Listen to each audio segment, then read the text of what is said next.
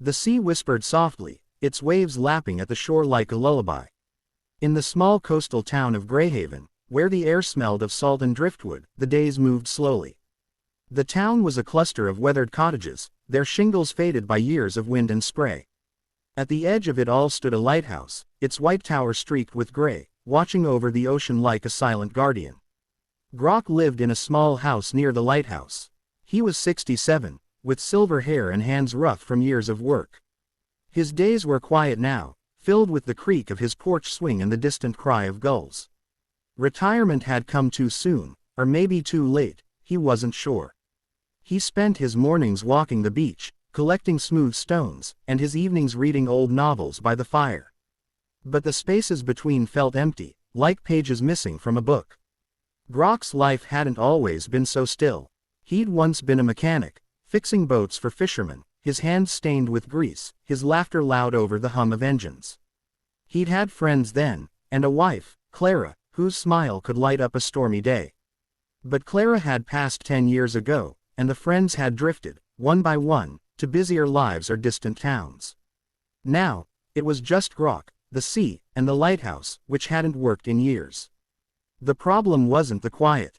Grok liked quiet. It was the loneliness, heavy as a wet coat, that settled in his chest. He missed the sound of another voice, the warmth of someone asking how his day was. He'd tried joining the town's book club, but the chatter felt forced, and he'd stopped going. He'd thought about getting a dog, but the idea of caring for something new felt daunting. So he walked, and he read, and he waited for something to change. One foggy morning, as the mist hung low over the beach, Grok set out for his usual walk. The air was cool, the kind that made your breath catch. He wore his old wool coat, the one Clara had mended a dozen times, and carried a canvas bag for shells. The beach was empty, as it often was, the sand damp and firm under his boots. He liked the rhythm of his steps, the way they matched the waves. As he walked, he noticed something unusual, a glint of light near the base of the lighthouse. It wasn't the beacon, long dark, but something smaller, flickering like a candle. Curious, Grok approached, his boots crunching on the pebbled path. The lighthouse door, usually locked, stood slightly ajar. He hesitated. No one came here anymore. The town had no keepers since old Mr. Harrow retired. Grok pushed the door open, its hinges groaning. Inside, the air was musty, thick with the scent of rust and sea-damp stone. A spiral staircase curled upward, but the light came from the ground floor, where a small lantern sat on a wooden table. Its flame danced, casting shadows on the walls. Next to it was a notebook, its pages yellowed, and a pencil worn to a stub. "Hello," Grok called, his voice echoing. No answer came. He stepped closer, his heart tapping a little faster. The notebook was open, and on the page, in neat, looping handwriting, were the words, "To the finder, light the way for someone else. Leave a note, and pass it on." Grok frowned. It was strange, almost childish, like a game. But something about the words stirred him. He sat on a rickety chair, the lantern's glow warm on his face, and read the notebook's earlier pages. There were dozens of entries, some faded, some fresh. A fisherman had written about his daughter's first sailing trip. A widow had shared a memory of her husband's laugh. A child had scrawled, "I saw a whale." Each note was a glimpse into someone's life, a moment they'd chosen to share. Grok's fingers traced the page. He hadn't written anything in years, not since Clara's letters. But the loneliness in his chest nudged him forward. He picked up the pencil, its weight unfamiliar, and wrote, "I walked the beach today. The waves were quiet, like they're listening. I miss Clara's voice, but I'm here, still walking." He paused, then added, "I hope someone reads this." He closed the notebook, feeling lighter, as if he'd set down a small piece of his heart. He left the lantern burning and stepped outside, the fog curling around him. The day felt different now, softer, like the world had tilted just a bit.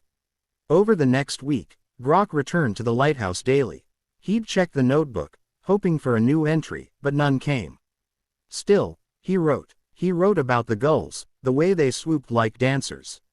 He wrote about Clara's apple pie, how she'd hum while baking. Each note was small, but it felt like talking to someone, even if no one answered. The lantern stayed lit, its fuel never seeming to run out, which puzzled him but didn't alarm him. It was a mystery, and Greyhaven was full of those. One evening, as the sun dipped low, painting the sky pink, Brock found a new entry in the notebook. It was written in a shaky hand. I'm new here. Moved from the city. It's too quiet, and I don't know anyone. But your words about Clara made me smile. I lost my brother last year. Maybe I'll walk the beach tomorrow. It was signed, Elias. Brock's breath caught. Someone had read his words. Someone had answered. He sat for a long time, the lantern's light steady, and wrote back, Elias, welcome to Greyhaven. The beach is best at dawn. Look for the smooth stones, they're like little moons. He left the lighthouse with a warmth in his chest he hadn't felt in years. The next morning, Brock walked the beach, his eyes scanning for Elias.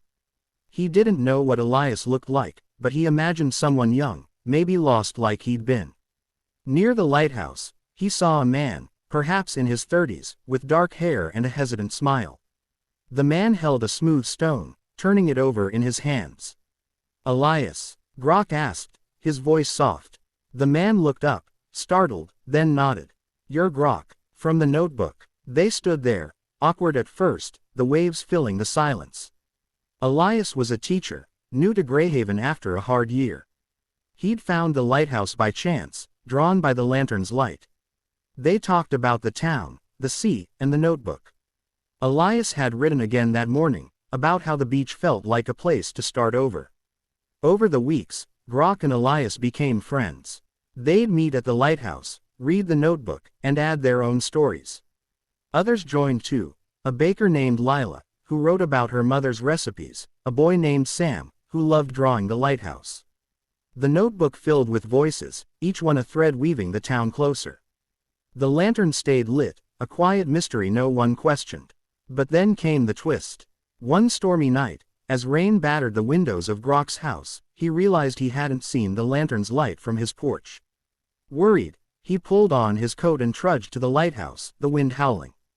The door was locked, the lantern gone. The notebook lay on the table, its pages fluttering in the draft. A new note read, The light moves on. Keep sharing your stories. Brock's heart sank. The lantern had been a beacon, not just for him but for Elias, Lila, and the others.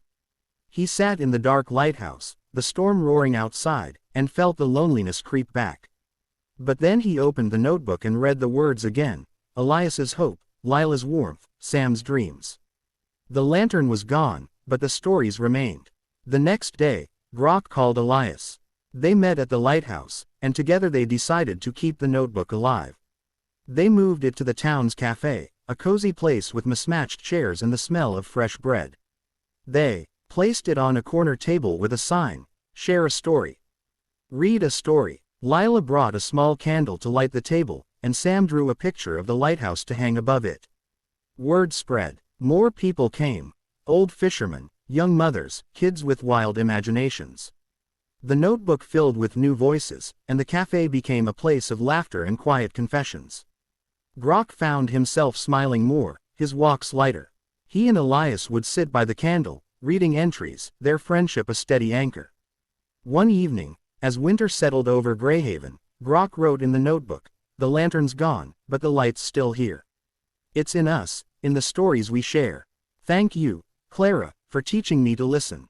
He closed the book, his eyes misty, and looked at Elias, who nodded quietly. The sea whispered outside, its rhythm unchanged. The lighthouse stood silent, but the town was alive with voices, connected by words on a page. Brock no longer felt alone. The loneliness had lifted, not because the world had changed, but because he'd found a way to let others in. The notebook, like the lantern, was a small light, passed from one heart to another, guiding them through the fog.